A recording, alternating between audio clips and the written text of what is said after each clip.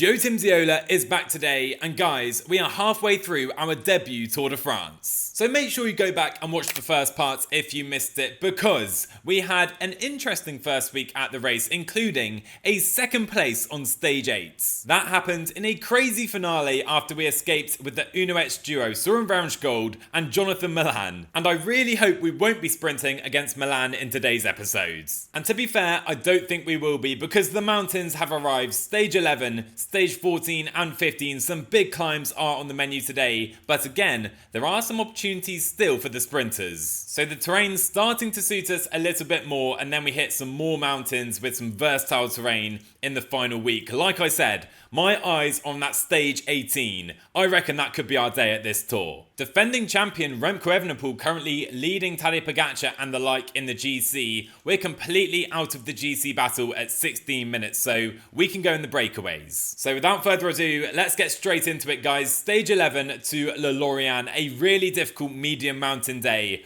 I reckon this day really suits us as well. So come on, Joe Timmsiola, we need a big +3 day today. Well, it's not a +3, but it is a +1 day. I want to join this breakaway. Come on, Timmsiola, get through to the front. We are in the midst right now of a massive fight to join the breakaway. I think we're going to do it. We have over 1 minute on the peloton. By the way, Fernando Gaviria riding for Tudor in our group right now. That's a weird one. And in fact, let me know in the comments down below, guys, what is the weirdest transfer you've seen in your PCM save? Let me know in the comments below. And what an epic chase that was. Finally, though, we join up with the front of the race. There's 20 riders currently in this group. 5 more riders make it a 25 rider group. I reckon we could have the chance today to fight for a Tour de France stage. Come on, Timmsiola. But the competition here is fierce. The likes of Derek G, Tom Pidcock, Kevin Vauquelin. I know Paul Sexas is here as well. It's a really strong group. Even Mads Pedersen, the way he climbs in PCM, could win this stage on a +3 day as well. Anyway, I'm playing my card. I'm the only Cofidis rider in this group,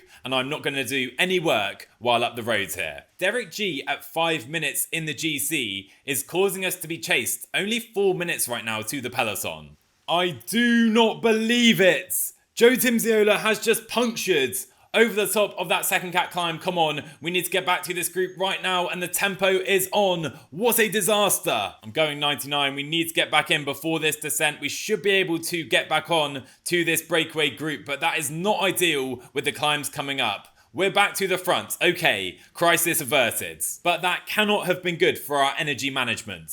But we do hit the first climb of the day. We're almost completely cooked already. Let's just see how long we can stay here for. Trying desperately to stay in this group over the first real climb of the day, but nope, we cannot follow anymore. There goes our potential stage victory. And I truly believe we could have made it over the top with those guys had we not punctured earlier on. And here we go, we are now dropped from the peloton as well. I cannot wait to see, though, how the yellow jersey fight pans out. And there's a big fight going on for the stage win as well. From that breakaway we were in, Pidcock is chasing, but Mads Pedersen attacking Lennart Van Eetvelt and Derek G. Oh boy. Here comes the moto across the finish line. Who's going to win it? Mads Pedersen beats Derek G and Lennart Van Eetvelt. What a win for Mads Pedersen. As the yellow jersey group with Pogacar, Remco and Vingegaard all finished together, and we crossed the line 7 minutes down in 30th place. What a stage. The breakaway do survive. Mads Pedersen, what a victory for him on a climbing stage. We were in that breakaway. We couldn't handle the tempo though. Big day for Derek G though. He moves up to 4th place in the GC, now ahead of Jonas Vingegaard. Anyway, after all of that excitement, it's back to the sprints and Milan v Philipsen, maybe versus Timmsiola as well. Nope, I've already said it. I do not want to sprint against Jonathan Milan again. And I have decided to stay in the peloton today. No surprises there. Aaron Brew, our teammate, is up the road though. Anyway, if you guys have been enjoying the Joe Timmsiola series, 20 episodes today, and I hope we're going to do at least 20 more. If you've been enjoying, hit that like button down below. Really supports the channel. But jokes aside, this has again been a really difficult sprint stage. Look at our teammates' energy. Maybe myself and the Uno-X boys, we can team up again. And right now, 12k to go. The tempo has completely died in the peloton. Here we go. Joe Timmsiola attacking on the right-hand side of the road. Let's set our tempo. 85 effort. How long can we hold on to this? Into the final 10k, let's go to the helicam. It's 16 seconds right now. Velasco trying to close it. Who is going to close us? We need that motorbike ahead of us to drop back to us and let us back into its draft. We still have 17 seconds here. 6k to go. I'm going going 99 all the way to the line, entering the final 5k. We're still in the lead. Come on! It's been a great effort here by Joe Timmsiola. 3k to go. We still have 8 seconds. I don't think it's going to work. What a valiant effort though. We are caught with the final 2k coming. Let's sit up and see who's going to win this sprint. Oh my word, it's Beille versus Milan. It's a 3-rider battle again. Beille, Vingegaard and Jonathan Milan, and it is going to be Jonathan Milan edging out Arnaud Beille in a chaotic final. And we're actually going to finish in the top 15. What a weird sprint stage that was. The sprint stages at this race, at least some of them, have been so difficult that I actually thought we had a chance with that attack. Anyway, Jonathan Milan wins his second stage at the race. And disaster for Florian Lipovic, finishing almost 7 minutes down today. He drops right back in the GC. Anyway, another sprint stage in a really sprint-heavy Tour de France, I have to say, this time into Pau. And I've stayed in the peloton again, but a 9-rider breakaway surely means it's going to be another tricky sprint stage with these hills coming up later on as well. Genuinely, I feel like we can attack and win one of these sprint stages at this Tour de France. And as a wise man once said, if you don't buy a ticket, you don't win the raffle. Well, the breakaway have been caught. We may as well attack right now and try and kick clear on this kicker. We have 2 KOM points we can try and grab. The Uno X boys trying to follow me. Abrahamson, let me go, my man. But another attack to Joe Timmsiola at the Tour de France. Lucas Noroka is going to try and catch us here. We do at least get that 1 single KOM point though. At least we have something to show from today's stage, I guess. One more fourth cat climb coming up as well. Let's try and take this single point as well. There you go. We celebrate across the line as we like to do over a KOM. That's now 7 points for us. And with 14k to go, we are caught. Let's see who wins this sprint.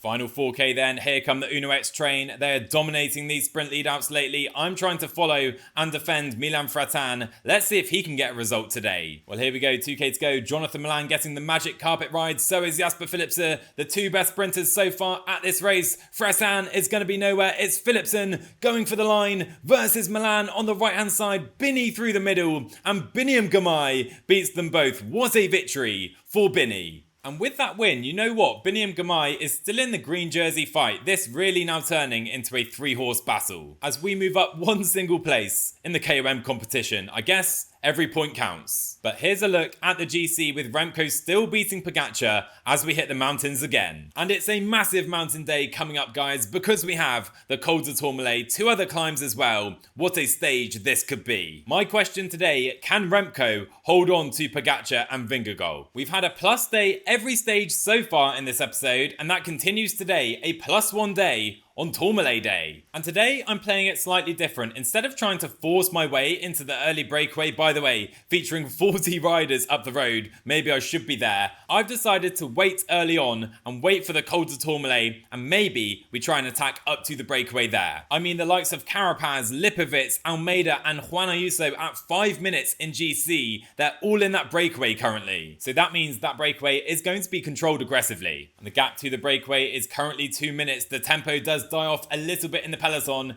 Is this now my chance with Joe Timmsiola? Let's go. Let's try and bridge to the breakaway if we can. There they are up the road. Aaron Buru completely cooked. I reckon this is the best strategy. As we're flying past riders dropping from the early breakaway, including Juan Ayuso, we're about to pass him. Goodbye, Juan. See you at the finish line. And here we go. There is the front of the race. I'm working so hard to try and get there because we do have a Plateau coming. And there we go. Timmsiola at the front of the race. And the only riders left at the front, Lipovic, Hindley, Felix Gauss, Simon Yates and Carapaz, with Nordhagen for Visma 2, Richartello and Ben Healy, and we're here among them. What a ride by Timmsiola. But sadly, 4k to go, we are now starting to struggle and we are dropping off the back of the lead group. And suddenly, we're 3 minutes behind the front of the race. Who's going to cross the Tourmalet first? It's Carapaz for Visma. What a day so far. He leads Richartello, then Healy, then we have a group featuring Lipovic, then we head back to Timmsiola on the roads. There's groups absolutely all over the place and only 30 riders in the peloton. And I have been working with the likes of Harper, Johannesson, Ben O'Connor trying to get back on. We're only 1 minute ahead of the peloton and it's 6 minutes to the front of the race. Our chances are over today. On to Plateau then, the final climb. It's Carapaz leading Richartello, Nordhagen trying to chase on. We're in the peloton behind. Let's see how we're looking. It's a 36 rider group and Vingegaard attacking from the foots. GC favourites attacking up the road though. Richard Carapaz has won the stage, but Remco cannot be shaken by Vingegaard and Pogacar. Remco looking great so far at this tour. Pogacar clinches third, but Remco right behind. He's holding on to yellow. And as we just closed to Beille on the line, I think we can be really proud of today's ride. 24th place. Richard Carapaz looking splendid on the podium in that Ecuadorian champs jersey, but the GC battle at this race really hotting up. Pogacar and Remco separated by just 18 seconds right now. Also today, our sprinter Milan Fratan over the time limit with Olav Koy and Tim Merlier too, as Carapaz, by the way, shoots into the KOM jersey as well. Another massive day in the Pyrenees as we head to Plateau de Beille, a huge climbing day, maybe too difficult for Joe Timmsiola. But let's continue to watch how this epic GC battle progresses. Straight onto the Col de Périssord. What a stage this is, honestly, at the Tour de France. I've been going 85 the entire day and I cannot get to the front of the peloton. That's how difficult it's been. And it would seem the breakaway has disappeared up the road in front of us. I do have some teammates here though to try and help close this gap in this valley. Only 9 riders at the front. Ayuso, Almeida, Carapaz, again there, Lipovic up the road as well. What type of battle am I trying to get into here? Well, here we go. Our teammates are cooked right now. This has to be the moment if we do want to bridge to the breakaway. The tempo slows now though. Here we go. Joe Timmsiola trying to bridge to the breakaway. Well, we are going to pass Florian Lipovic, showing how well we're riding here right now. We're still, though, almost 2 minutes behind the front of the race. But all hope is not lost yet. There is the breakaway, 40 seconds up the road. I have Tobias and Ben Healy with me. Can we close it? Come on, boys. I can't claim to have done much of the work, but we are going to pull us onto the back of this breakaway right now. Here we go. Timmsiola, Healy and Tobias join up with the breakaway. 14 riders are now here. Come on. But as I mentioned, fighting some of these guys, I mean Juan Ayuso, Carapaz again, Nordhagen. Do I really want to be trying to beat these guys in the breakaway? It's going to be very, very difficult. Let's say that. But sadly, Visma and Wout van Aert riding behind. The breakaway have no chance here. Only 2 minutes, and I think it's because Juan Ayuso at 5 minutes 40 in the GC, they don't want to give him a chance. Anyway, we do hit the next section of climbing. Still 14 riders in this group, but only 2 minutes to the breakaway. Literally everyone in this group just sucking the wheel of Juan Ayuso. That's all we can do right now. He has to carry us up this mountain. And let's see, there are 10 points available in the KOM here at the top of this climb. I'm going to go for it with Timmsiola, and we're going to get them pretty easily, I think. There you go, 10 points. We move up in this competition, even though we are still just outside the top 10 on 17 points. And suddenly we're in a group of 7 riders at the front of this mountain stage in the Pyrenees at the Tour de France. Come on, Timmsiola, keep fighting. I mean, Ganna's here. If he's here, we can surely be here. I don't believe it. Over the top of this climb, we are going to get cooked and I think dropped by this group. Oh, I don't believe it. Anyway, Ayuso probably cooked his GC chances today as Max Poole attacks from the peloton behind.